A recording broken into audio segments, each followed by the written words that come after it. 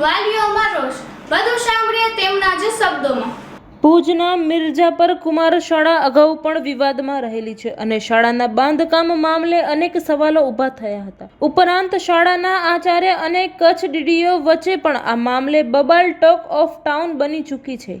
ત્યારે ફરી આ જ શાળાનું ઉદ્ઘાટન કરી દેવાતા બાંધકામ મામલે વાલીઓમાં ભારે રોષ જોવા મળી રહ્યો છે। આજે ભુજ તાલુકાના મિર્જાપર કુમાર શાળાની નબળી ગુણવત્તાની ફરિયાદ વચ્ચે લોકાર્પણ કરવામાં આવતા ભારે નારાજગી સાથે રોષ પ્રગટ્યો છે। વાલીઓને જાણ કર્યા વિના મિર્જાપર કુમાર શાળામાં આજે કુમારો વિના જ લોકાર્પણ કરવામાં આવતા ભારે ખળભળાટ મચી ઉઠી છે। મિર્જાપરની શાળાને નેતાઓના હઠાગ્રહ સામે શિક્ષણ તંત્ર નબળું પડ્યું હોય તેમ કુમાર શાળાના લોકાર્પણમાં કુમારિકાઓ હાજર રાખી સંખ્યા દર્શાવવામાં આવતા નેતાઓ સામે વાલીઓએ સવાલો ખડા કર્યા છે। વાલીઓએ જણાવ્યું હતું કે સ્થાનિક લોકોની ગેરહાજરી અને થર્ડ પાર્ટી ઇન્સ્પેક્શન કર્યા વગર જ શાળાનું ઉદ્ઘાટન કરી દેવામાં આવ્યું છે। ભાજપના કેટલાક નેતાઓ યશ ખાટવા માટે શાળાનું લોકાર્પણ કર્યું હોવાનું સ્થાનિકોએ આક્ષેપ સાથે કુમાર શાળાના લોકાર્પણના કાર્યક્રમ સામે વિરોધ દર્શાવ્યો હતો।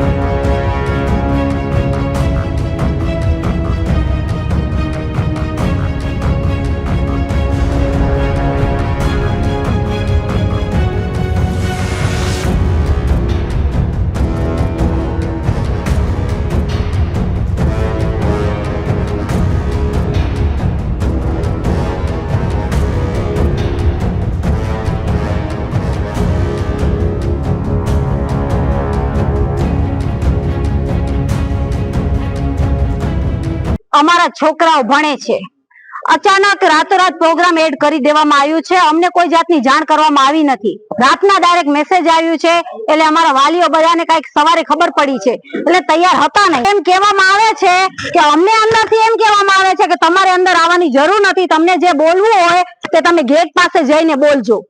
અમને અંદર કઈ બોલવા દેવામાં આવતા નથી અને અમે આ શાળા બાબતે એવું માંગેલું કે થર્ડ પાર્ટી ચકાસ થઈ જાય એનો અહેવાલ અમને આપવામાં આવે પછી અમે અમારા બાળકોને મોકલીએ, પણ એ કોઈ તપાસ કરવામાં આવી નથી।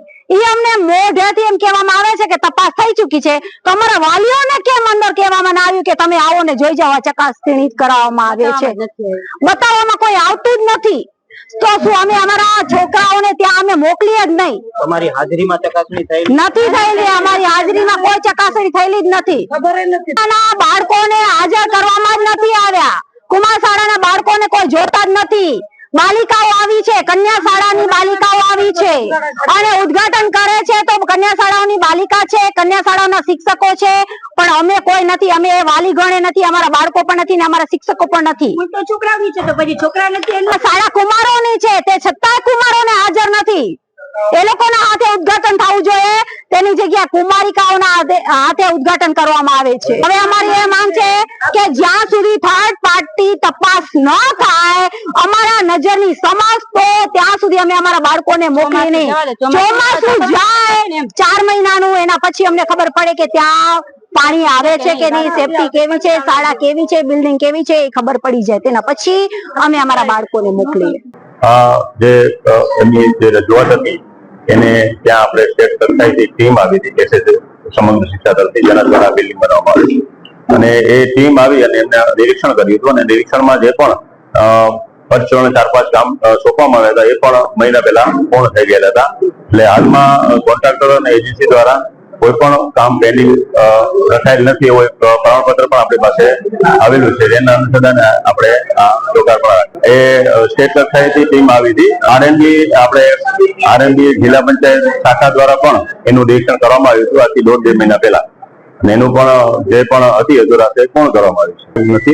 સ્ટેટની ટીમ આવી હતી ત્યારે જિલ્લાના ગ્રામજનો હાજર નહોતા, પણ જિલ્લાની અમારી ટીમ છે સિવિલ શાખાની એ હાજર હતી અને એના નિરીક્ષણ હેઠળ જ આ બધું પાર કર્યું ના। એટલે એમાં એવું છે કે ગ્રામજનોને ઉપરથી જે સ્ટેટની આવી હતી ટીમ એ એમને સૂચના દેવામાં આવી હતી કે તમારી રીતે તમારે જઈ અને એનું નિરીક્ષણ ટ્રાન્સફર નિરીક્ષણ કરવાનું હતું, એ થઈ ગયું। ત્યારબાદ જ આ બધું આપણે લોકાર્પણ રાખેલું છે। એટલે આમાં આ જે સિવિલ શાખાનું કામ છે અને સિવિલના એન્જિનિયર લોકો જ અહીંયા હાજર હતા. ગ્રામજનો આરએનબી ની ટીમ પણ આવી હતી અને એ પણ ટીમે આ આખી નિરીક્ષણ કર્યું.